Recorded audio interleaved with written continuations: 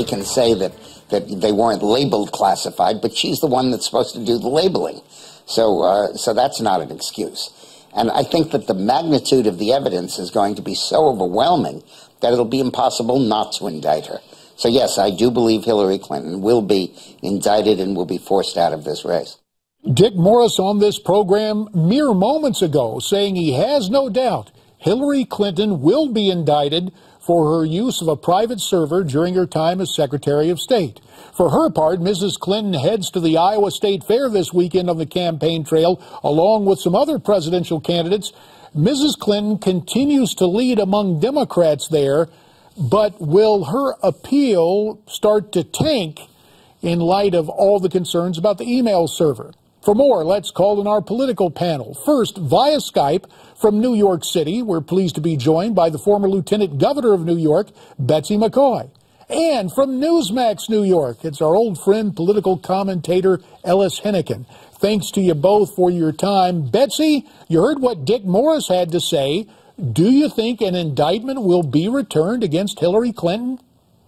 Well, it's quite plausible that there's sufficient evidence to bring an indictment. The question is, what federal prosecutor is going to indict her? This is the same administration that has refused to indict anyone in the IRS for losing documents, defying congressional subpoenas, and stonewalling the American public and targeting conservative groups. So the question is there anyone in the federal law enforcement arena who is willing to defy the president, or perhaps not defy him? Perhaps, in fact, he'd like to see this happen and indict Hillary Clinton.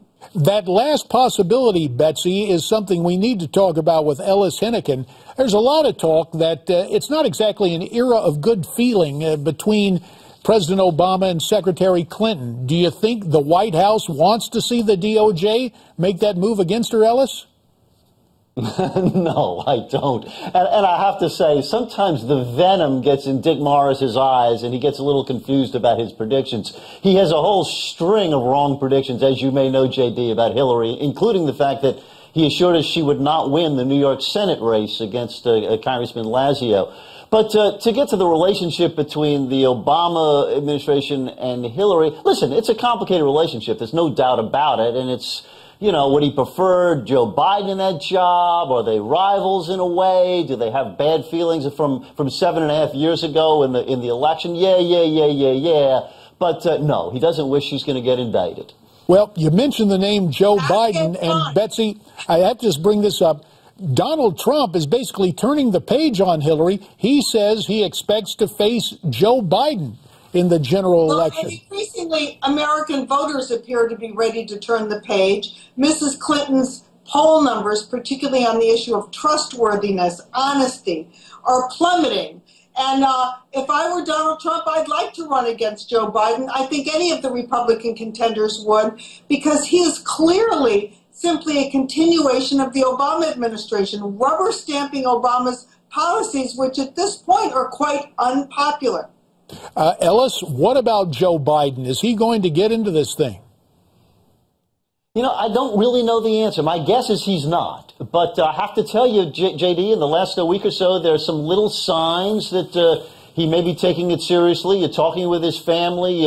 Bo's political operative having joined that draft Biden committee. Listen, I welcome them all. I want a good race. I'm a reporter. I like to talk about stuff. It'd be fun if he did. There are 17 Republicans running now. I think we could probably handle another Democrat or two. And it's interesting, Ellis, you were protesting the behind-the-scenes strife that we brought up involving the Obamas and the Clintons.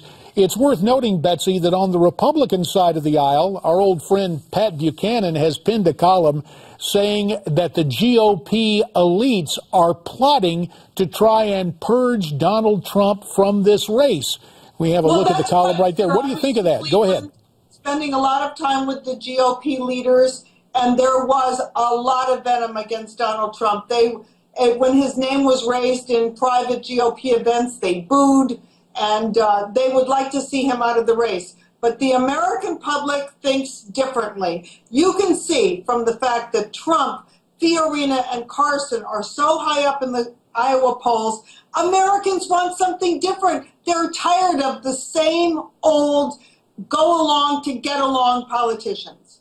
And Ellis, your reaction to the way Betsy set the table there, so to speak? Well, I hope Betsy's right and that she's speaking for all Republican voters. I'd love to run against Ben Carson, maybe, or Carly Fiorina, or Donald Trump. I mean, I think the Dems would romp over any of those folks. So, yeah, let's go. Go, Betsy. It sounds great. Oh, no, they wouldn't. Yeah, and we should hasten to remind. Bring it on. Are held in high regard. I can remember 1980, Betsy, when a whole lot of Democrats said, oh, yes, give us Ronald Reagan. We'd love to see him be the nominee of the Republican Party, and we know how that turned out. A minute left. Exactly. Bring it on. Ben Carson and Carly Fiorina are, in a way, dream candidates because they have very low negatives, very, very low, compared with Mrs. Clinton's soaring negatives. Ellis, last word to you, 30 seconds.